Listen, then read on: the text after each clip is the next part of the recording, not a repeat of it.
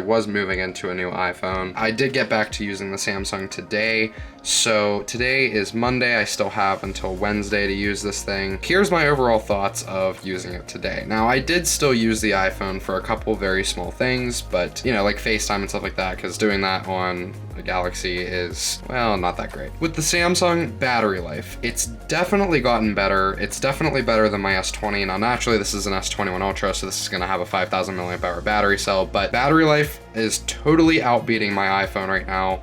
Now, I did just move from a Pro Max model that did last almost all day with the battery replacement to a smaller 13 with about a 3,200 milliamp hour battery. But right now, the Samsung is absolutely killing it. I have it in high performance mode and everything, so it's running max speed on the processor. It is just absolutely destroying it. It is 11:28 p.m. and I am still rocking 10% battery left. I originally started with 100 at about 6 something in the morning. For me to still have 10% battery, I've used it 3 hours of screen on time today. I've used it here and there. I've kind of multitasked on it a little bit. I've used it for a bunch of different things. I like to power use my phone, so I've done that a lot today. It's been very responsive, very snappy. I am quite surprised. I am not having as many as the Android bugs as I'm used to having. A lot of times I will have, just random crashes, random things just not working when I tap on them. I am still having them with the S21 Ultra, but not as bad as the S20. Really, the S20 is when they started getting good, and then after that, they really just started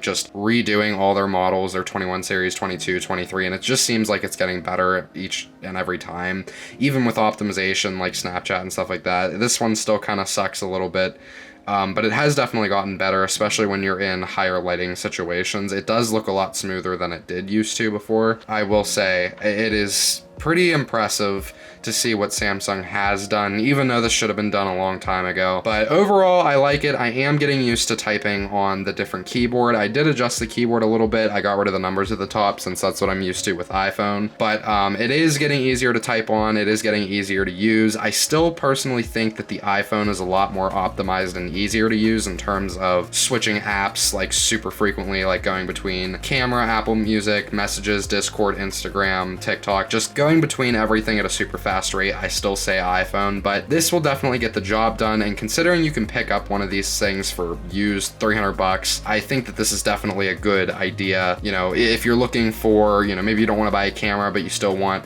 like the 108 megapixels, the optical zoom.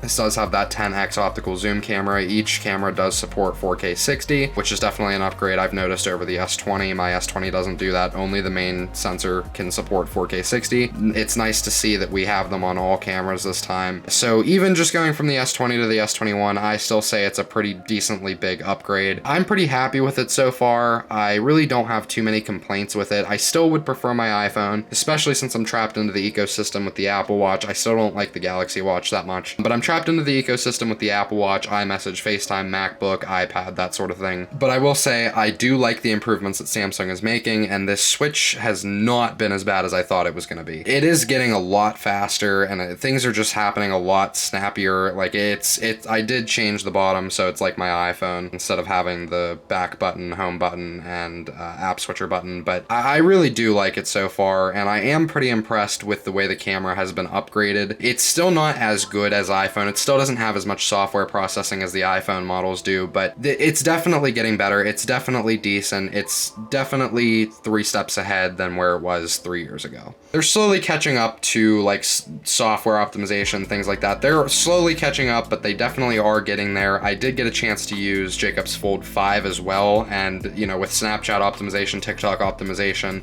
in terms of frame rate, they're really getting there. Quality, they're still lacking a little bit, but in terms of frame rate, they're absolutely getting there. So I really do have high hopes for Samsung, especially since Apple has been really falling with these launches lately. The 14 launch really disappointed a lot of us, and the 15 launch wasn't all that much better, but Samsung's launches keep continuing to get better and better each time. A lot of improvements, a lot of feature changes, things like that. And overall, the Android operating system just has so many more features that my iPhone doesn't have. Like, for years, I've had the ability to just connect an SSD directly to my phone and transfer all of my 8K footage that I took that day right to it. That's been nice. I mean, it really is becoming a solid, usable phone. It was okay, but it had a lot of bugs and a lot of crashes. It definitely is getting better is my overall point. I know I'm kind of repeating myself here, but I'm pretty happy with it so far. I'm excited to keep using it for the next couple days, and this is how Monday went with the device. I will keep updating day by day. Okay, so here's how Tuesday went with the Samsung. So I just put it under an incredible amount of load. I just got back from a video shoot. I decided I was gonna test out a new monitor program because I don't really like the Sony program. It's a mess. There's too much latency. It works over Wi-Fi. So I bought this new monitor program to use on the Samsung. I ran it at full brightness, so like 1200 nits, somewhere around there. 1440p, 120 hertz. And then I had it connected through the cable to my camera. And I mean, it was just a bunch of load for it. Plus it kept trying to charge my camera because Samsung just has that many features. So it was also losing some energy from that as well. I started it with about like 50% battery, ended it with about 8. I was there for probably an hour, maybe a little bit closer to an hour and a half, but probably more around an hour. I've been using it all day, just like yesterday. I'm still pretty impressed with it. I didn't really have too many more bugs or crashes today, just very little minor things. So overall, not too bad. I am packing this thing up tonight to go back because, well, this is my last night with it. I will be giving it back in the middle of the day tomorrow. So thank you again, Jacob, for giving me a chance to use this for a few days just to kind of give Samsung a secondary chance. And it's definitely been fun. It was a really large adjustment process going from the iPhone back to the Samsung again, especially because the screens on here are a little bit thinner, like a little bit skinnier and a little bit taller than the iPhones are, which is a little bit weird to type on. But overall, going from an iPhone to a Samsung, a few days really is all it took to switch over, and then I got pretty comfortable with it. I got pretty used to it. So overall, not bad, Samsung. Keep doing what you're doing. I'm so excited to see the improvements in the future. I really do think that it's just gonna get better and better, and I'm excited to try out some of the newer models like the 23 and hopefully the 24 whenever it comes out.